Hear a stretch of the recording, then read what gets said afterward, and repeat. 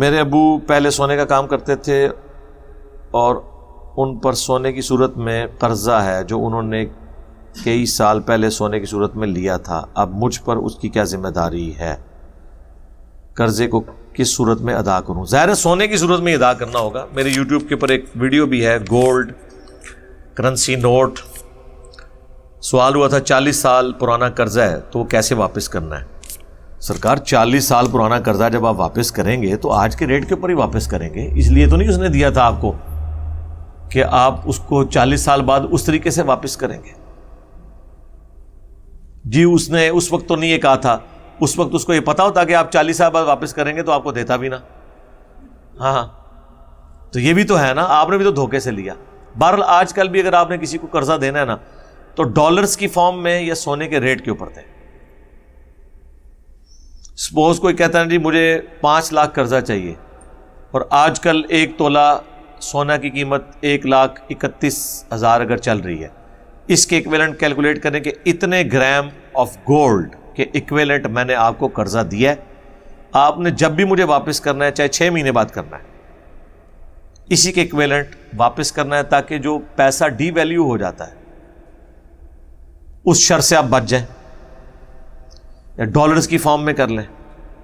اس میں اگر ڈالر کی یا سونے کی قیمت چڑھ جاتی ہے اور وہ آپ کو دیتا ہے تو اس کا یہ مطلب نہیں ہے کہ آپ نے اس سے سود لے لیا ہے. نہیں، سود تو تب لیں گے کہ اگر آج آپ نے $100 قرضہ دیا ہے اور اس سے $110 لیں. آج بھی $100 کے اگینسٹ پیسے دیے اور 5 سال بعد $100 ہی واپس لیے اس کے اگینسٹ، تو $100 تو اپنی جگہ موجود ہے نا. جو پیسہ ڈی ویلیو ہوا وہ اسی کے کھاتے میں پڑنا چاہیے نا جس نے اتنا ڈیلے کر کے قرضہ دیا ہے. یہ پرابلمز اگلے زمانوں میں نہیں ہوتے تھے. اس وقت بارٹر سسٹم چلتا تھا، اشیاء کے بدلے اشیاء ہوتی تھی، کرنسی نوٹ نہیں تھے. یا پھر اگر کرنسی کے لیے کوائنز یوز ہوتے تھے تو ان کی فیس ویلیو اور انٹرنسک ویلیو ایک ہوتی تھی. سونے کا ایک سکہ جس کا وزن اگر 1 تولہ ہے وہ دنیا میں کہیں بھی لے جائیں آج بھی یا اس زمانے میں بھی اس کی ورتھ ایک ہی ہوتی تھی. تو اس وقت سکے سونے کے ہوتے تھے. آج کل میٹل کا سکہ ہوتا ہے اور اس کے پیچھے جو قیمت ہے اس کی گارنٹی اسٹیٹ بینک نے اٹھائی ہوتی ہے. کاغذ کا ایک نوٹ کا ٹکڑا ہوتا ہے، اس پہ اسٹیٹ بینک اگر 5,000 لکھ دے تو وہ 5,000 کے ایکویلنٹ سونے کے برابر اس کی قیمت ہے. اور اگر اس پہ اسٹیٹ بینک 10 روپے لکھ دے تو اس کی 10 کے برابر قیمت ہے. اس کاغذ کی تو کوئی اہمیت نہیں ہے نا.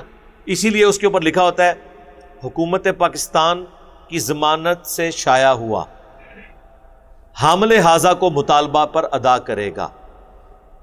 حامل حاضہ، حاضہ سے یہ عربی والا حاضہ ہے، جو پوزیسر ہے اس نوٹ کا، جو اس نوٹ کا مالک ہے، اسے مطالبہ پر ادا کرے گا. کون؟ State bank. اگر وہ مطالبہ کرے کہ یہ لو اسٹیٹ بینک 5,000 روپیہ جو تم نے شائع کیا تھا اس کے ایکویلنٹ جتنا گولڈ بنتا ہے وہ مجھے دو، تو اسٹیٹ بینک پابند ہے یہ گولڈ دینے کا. تو اسٹیٹ بینک جانے کی ضرورت نہیں، آپ جا کے مارکیٹ سے بھی گولڈ خرید لیں، آپ کو مل جائے گا. یہ تو کیٹاسٹرافک کنڈیشن میں ہو جاتا ہے نا، جب گورنمنٹ نوٹ ختم کر دیتی ہے یا نوٹ کا سائز چینج کرتی ہے تو آپ دیکھتے ہیں کہ وہی نوٹ گھر پڑے پڑے 0 لیول پہ آ جاتے ہیں کیونکہ اسٹیٹ بینک کی گارنٹی ہٹ گئی. وہ کہتے ہیں اتنے عرصے میں آپ بینک میں جمع کروا کے نئے نوٹ لے لیں. اسی لیے ہم کہتے ہیں یہ کوائن سسٹم بہتر ہے اس اعتبار سے. آج اگر امریکہ ڈالر کرنسی چینج کر دے اپنی تو ٹینٹ تے کھیڑے پوری دنیا جا. ہمارے اتنے ارب ڈالر جناب، وہ سعودیہ کہہ رہے جی میرے 1,000 یا 1,600 ارب ڈالر فارن ریزروز ہیں، یا انڈیا کے 800 ارب ڈالر ہیں، یا پاکستان کے 20 ارب ڈالر ہیں. تو اگر ڈالر کرنسی وہ چینج کر دیں، آپ کا سونا تو وہ خرید کے انہوں نے ٹنلز کے اندر سٹور کیا ہوا ہے. جا کے ذرا یوٹیوب پہ ویڈیوز دیکھیں، پہاڑوں کے تہہ خانوں میں کتنی بڑی بڑی ٹنلز ہیں جس میں انہوں نے سونا سٹور کیا. پوری دنیا سے سونا انہوں نے دوسری جنگ عظیم کے بعد خریدنا شروع کر دیا ہوا ہے. خود انہوں نے سونا رکھا ہوا ہے